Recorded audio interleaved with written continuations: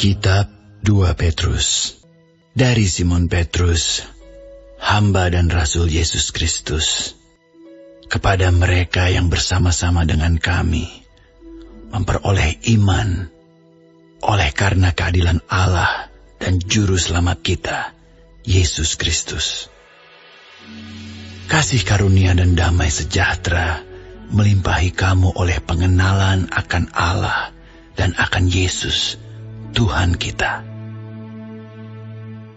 Karena kuasa ilahinya telah menganugerahkan kepada kita segala sesuatu yang berguna untuk hidup yang saleh, oleh pengenalan kita akan Dia, yang telah memanggil kita oleh kuasanya yang mulia dan ajaib. Dengan jalan itu Ia telah menganugerahkan kepada kita janji-janji yang berharga dan yang sangat besar, supaya olehnya kamu boleh mengambil bagian dalam kodrat ilahi dan luput dari hawa nafsu duniawi yang membinasakan dunia. Justru karena itu kamu harus dengan sungguh-sungguh berusaha untuk menambahkan kepada imanmu kebajikan, dan kepada kebajikan pengetahuan, dan kepada pengetahuan penguasaan diri, kepada penguasaan diri ketekunan, dan kepada ketekunan kesalehan, dan kepada kesalehan kasih akan saudara-saudara, dan kepada kasih akan saudara-saudara kasih akan semua orang. Sebab apabila semuanya itu ada padamu dengan berlimpah-limpah, kamu akan dibuatnya menjadi giat dan berhasil dalam pengenalanmu akan Yesus Kristus, Tuhan kita. Tetapi barang siapa tidak memiliki semuanya itu, ia menjadi buta dan picik, karena ia lupa bahwa dosa-dosanya yang dahulu telah dihapuskan. Karena itu saudara-saudaraku, berusahalah sungguh-sungguh, supaya panggilan dan pilihanmu makin teguh. Sebab jikalau kamu melakukannya, kamu tidak akan pernah tersandung. Dengan demikian kepada kamu akan dikaruniakan hak penuh untuk memasuki kerajaan kekal, yaitu kerajaan Tuhan dan Juru Selamat kita, Yesus Kristus.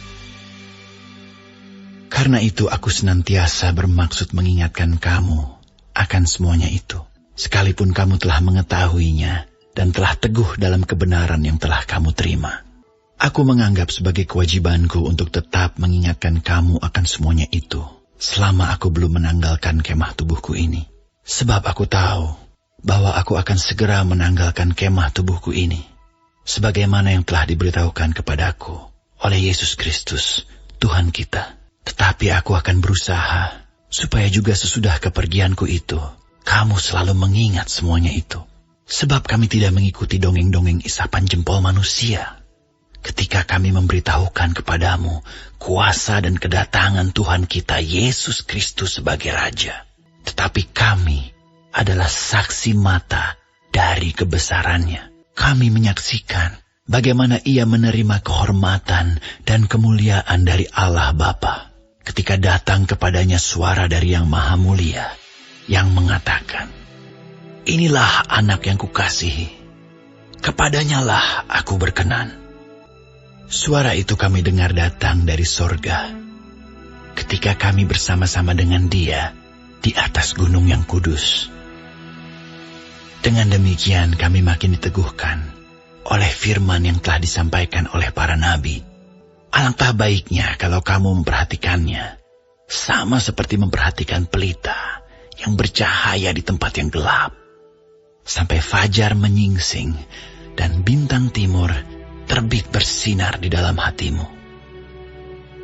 Yang terutama harus kamu ketahui, ialah bahwa nubuat-nubuat dalam kitab suci tidak boleh ditafsirkan menurut kehendak sendiri. Sebab tidak pernah nubuat dihasilkan oleh kehendak manusia, tetapi oleh dorongan Roh Kudus, orang-orang berbicara atas nama Allah. Sebagaimana nabi-nabi palsu dahulu tampil di tengah-tengah umat Allah, demikian pula di antara kamu akan ada guru-guru palsu. Mereka akan memasukkan pengajaran-pengajaran sesat yang membinasakan. Bahkan mereka akan menyangkal penguasa yang telah menebus mereka. Dan dengan jalan demikian, segera mendatangkan kebinasaan atas diri mereka. Banyak orang akan mengikuti cara hidup mereka yang dikuasai hawa nafsu. Dan karena mereka jalan kebenaran akan dihujat. Dan karena serakahnya, guru-guru palsu itu akan berusaha mencari untung dari kamu dengan cerita-cerita isapan jempol mereka. Tetapi untuk perbuatan mereka itu, hukuman telah lama tersedia dan kebinasaan tidak akan tertunda. Sebab jikalau Allah tidak menyayangkan malaikat-malaikat yang berbuat dosa, tetapi melemparkan mereka ke dalam neraka dan dengan demikian menyerahkannya ke dalam gua-gua yang gelap untuk menyimpan mereka sampai hari penghakiman. Dan jikalau Allah tidak menyayangkan dunia purba, tetapi hanya menyelamatkan Nuh, pemberita kebenaran itu, dengan 7 orang lain ketika ia mendatangkan air bah atas dunia orang-orang yang fasik. Dan jikalau Allah membinasakan kota Sodom dan Gomora dengan api, dan dengan demikian memusnahkannya dan menjadikannya suatu peringatan untuk mereka yang hidup fasik di masa-masa kemudian. Tetapi ia menyelamatkan Lot, orang yang benar, yang terus-menerus menderita oleh cara hidup orang-orang yang tak mengenal hukum dan yang hanya mengikuti hawa nafsu mereka saja. Sebab orang benar ini tinggal di tengah-tengah mereka dan setiap hari melihat dan mendengar perbuatan-perbuatan mereka yang jahat itu, sehingga jiwanya yang benar itu tersiksa. Maka nyata bahwa Tuhan tahu menyelamatkan orang-orang saleh dari pencobaan dan tahu menyimpan orang-orang jahat untuk disiksa pada hari penghakiman, terutama mereka yang menuruti hawa nafsunya karena ingin mencemarkan diri dan yang menghina pemerintahan Allah. Mereka begitu berani dan angkuh sehingga tidak segan-segan menghujat kemuliaan. Padahal malaikat-malaikat sendiri yang sekalipun lebih kuat dan lebih berkuasa daripada mereka tidak memakai kata-kata hujat kalau malaikat-malaikat menuntut hukuman atas mereka di hadapan Allah. Tetapi mereka itu sama dengan hewan yang tidak berakal, sama dengan binatang yang hanya dilahirkan untuk ditangkap dan dimusnahkan. Mereka menghujat apa yang tidak mereka ketahui, sehingga oleh perbuatan mereka yang jahat, mereka sendiri akan binasa seperti binatang liar dan akan mengalami nasib yang buruk sebagai upah kejahatan mereka. Berfoya-foya pada siang hari, mereka anggap kenikmatan. Mereka adalah kotoran dan noda yang mabuk dalam hawa nafsu mereka kalau mereka duduk makan minum bersama-sama dengan kamu. Mata mereka penuh nafsu zina, dan mereka tidak pernah jemu berbuat dosa. Mereka memikat orang-orang yang lemah.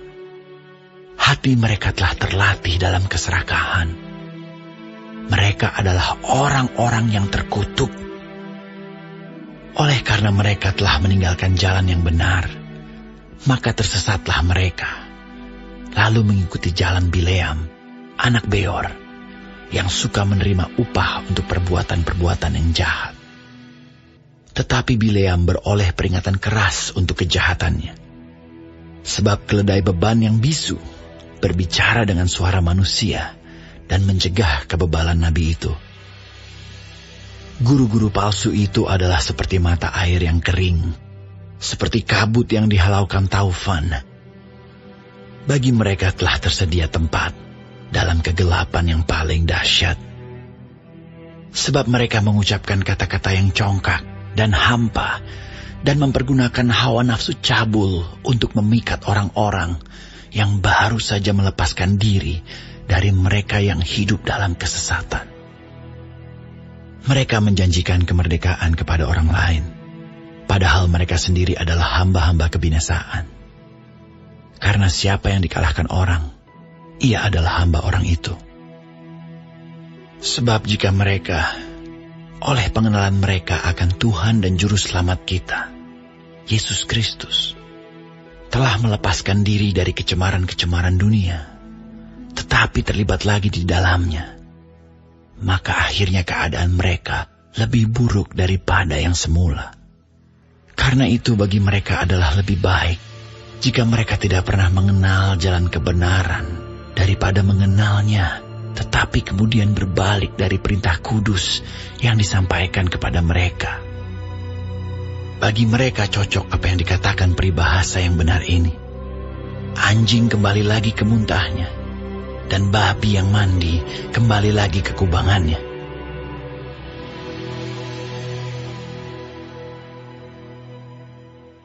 Saudara-saudara yang kekasih, ini sudah surat yang kedua yang kutulis kepadamu. Di dalam kedua surat itu aku berusaha menghidupkan pengertian yang murni oleh peringatan-peringatan, supaya kamu mengingat akan perkataan yang dahulu telah diucapkan oleh nabi-nabi kudus, dan mengingat akan perintah Tuhan dan Juru Selamat yang telah disampaikan oleh rasul-rasulmu kepadamu.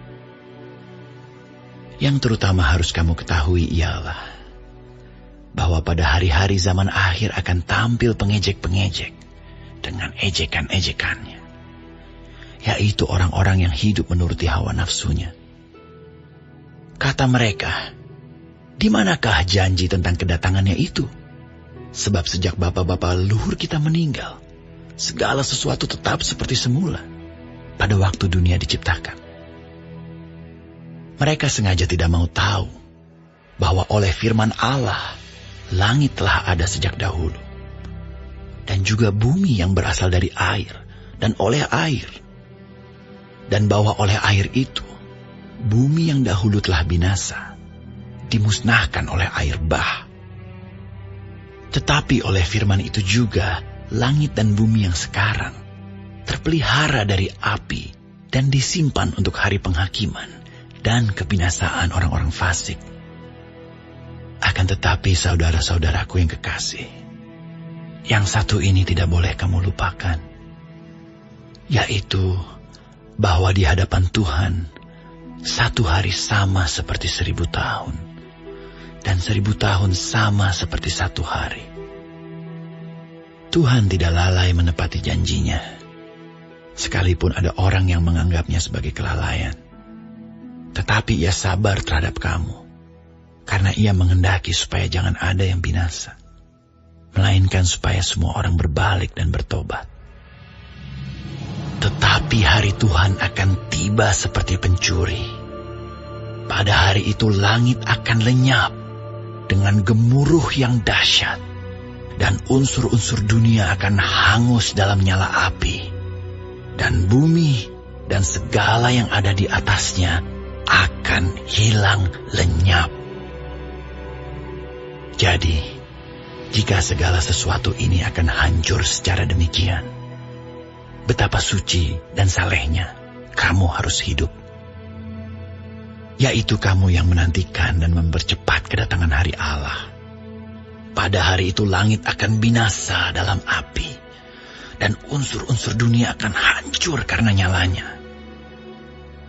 Tetapi sesuai dengan janjinya, kita menantikan langit yang baru dan bumi yang baru, di mana terdapat kebenaran. Sebab itu saudara-saudaraku yang kekasih, sambil menantikan semuanya ini, kamu harus berusaha supaya kamu kedapatan tak bercacat dan tak bernoda di hadapannya, dalam perdamaian dengan Dia.